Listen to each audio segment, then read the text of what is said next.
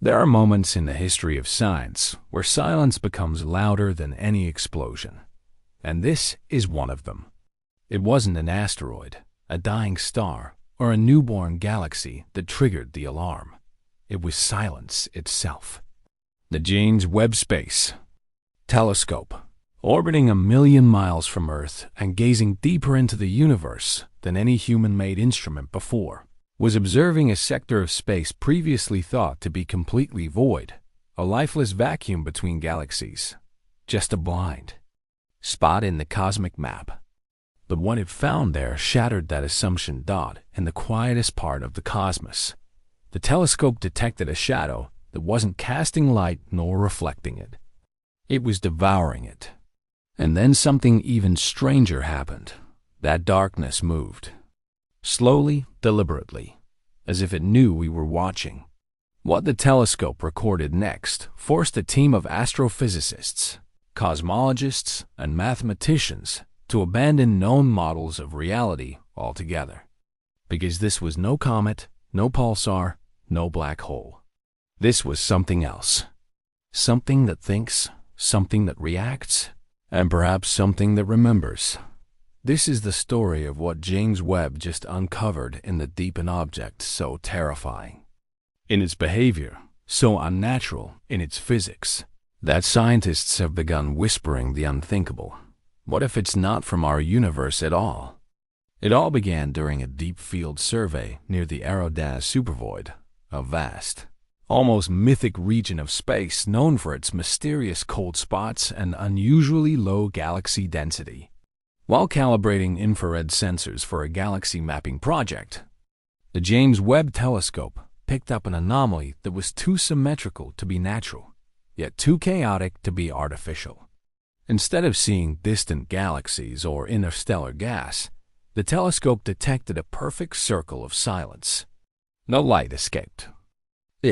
No light bent around it. This wasn't gravitational lensing. It was more like an interruption in the fabric of the universe itself. Picture dropping ink into a still glass of water and watching the water vanish instead. That's what the data showed. An area not just void of matter, but void of physical law. Initial theories suggested it might be a previously unknown type of black hole, but the mass calculations didn't add up. There was no X-ray emission, no gravitational ripple, just a cold, dark region of utter stillness that made absolutely no sense. And then, over the course of several days, the perimeter of that object began to fluctuate. Not like a celestial body in orbit, but like something breathing.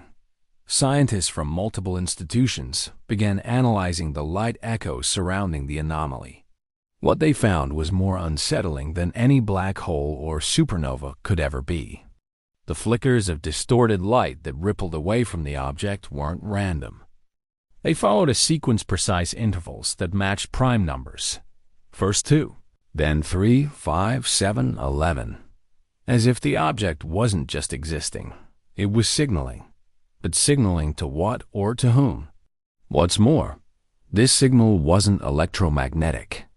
It wasn't radio, infrared, gamma, or any other known wave. It was a disruption in space-time itself. The Webb telescope's most sensitive gyroscopes recorded microscopic shifts that coincided with each signal burst, like something was nudging the structure of reality on a fundamental level. It didn't just break the rules of astrophysics. It mocked them. Mathematicians were brought in. Quantum physicists pored over the data. The conclusion? These were not natural pulses, but the fingerprints of intention. No known stellar object behaves this way. Not quasars, not dark matter clumps, not even rogue planets. The precision was surgical, the rhythm unmistakably artificial. And some believe it might not be the signal of something alive, but something aware. Then came the moment no one expected. In a follow-up observation conducted precisely 27 days after the first detection, the James Webb team observed a displacement. The object, once thought to be stationary, had shifted, not through space, but through dimensions. It didn't drift like a comet or accelerate like a ship. It blinked like a strobe from one location to another, as if skipping across the cosmic fabric, not moving through it. It reappeared just 0.004 off from its original position, an imperceptible fraction to the human eye, but catastrophic to the calculations of scientists. Because if something can displace itself without leaving a trail, it means it's not bound by the speed of light. It means it's not bound by time. The only known parallel to this kind of behavior exists in quantum theory entangled particles, reacting instantly across vast distances. But this wasn't subatomic. This was a structure the size of a small moon behaving as if the laws of classical physics were a mere suggestion.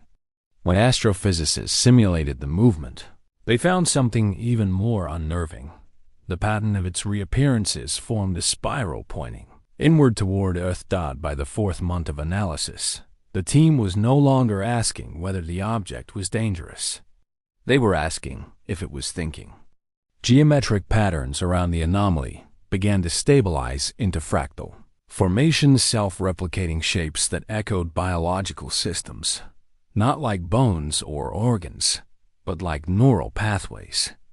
The longer the telescope stared, the more the patterns evolved, adapting to the sensor's orientation, correcting themselves in real time, almost like it was adjusting to being observed. Scientists coined a chilling term for this behavior: responsive geometry. Some even speculated the object might be a kind of dimensional antenna, or worse, a living construct designed not to travel, but to anchor itself in place, waiting for something. One AI model trained to simulate alien pattern recognition broke down when fed the telescope's data.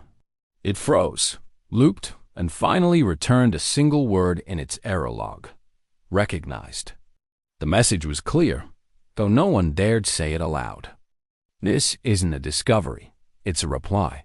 After weeks of capturing more data, the Webb team noticed a curious phenomenon not in the object itself, but in the surrounding field. A background radiation shift, almost imperceptible at first, began to emerge.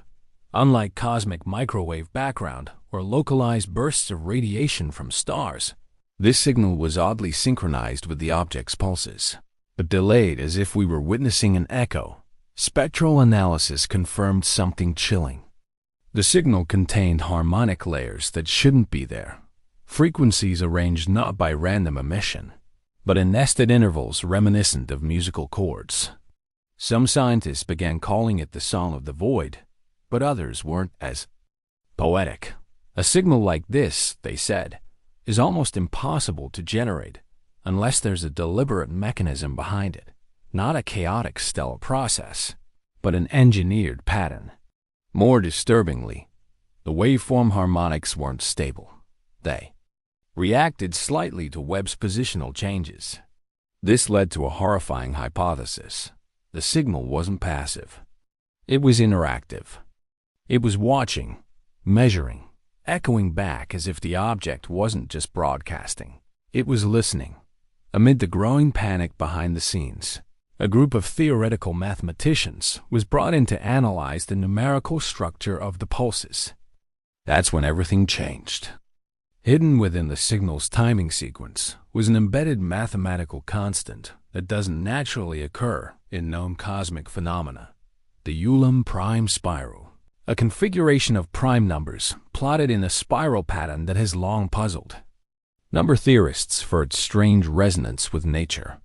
But here it was repeated exactly in the intervals between the anomaly's distortions. Some scientists believed it might be a universal language, a kind of mathematical Rosetta Stone, a calling card, or worse, an identifier. If someone or something placed that signature there, it would mean they understood the deepest structures of our reality. And what came next drove the fear even deeper. When the sequence was graphed in 3 dimensions, it formed a complex helix, one nearly identical to the double helix of human DNA. Coincidence? Perhaps. But when scientists ran the numbers, they realized the timing intervals in the pulses matched genetic codons used in our own biology. Something wasn't just watching. Something understood what it was watching and maybe knew us before we ever saw it. That's when everything started to go quiet. Publicly available Webb data streams were suddenly delayed. Access logs from research observatories began disappearing. Key scientists involved in the anomaly study began stepping away from their posts. Press releases from the agencies involved shifted in tone once filled with enthusiasm and transparency. They became vague, evasive, bureaucratic. Insiders leaked that several international space agencies were pulled into emergency meetings, including the European Space Agency, NASA, and even private entities like Blue Origin and SpaceX. Not because the object posed an immediate threat, but because no one could confirm it wasn't already here. Theories began to multiply. Was this some kind of probe, a sentry, a warning beacon? The timing of its discovery was chilling in itself. It appeared only after we had developed the instruments capable of seeing it, meaning it had either always been there or it had waited until we were ready. But perhaps the most alarming detail was this. Deep space probes launched decades ago, like Voyager and New Horizons, had passed near this region without detecting a thing, which means the object is either cloaked from conventional instruments, or it wasn't there before. The final act, as always, comes silently. On the 48th day of targeted Webb observation, just before the telescope was scheduled to switch to another region of space, something changed. The anomaly's signature disappeared. No pulses, no distortions, just static.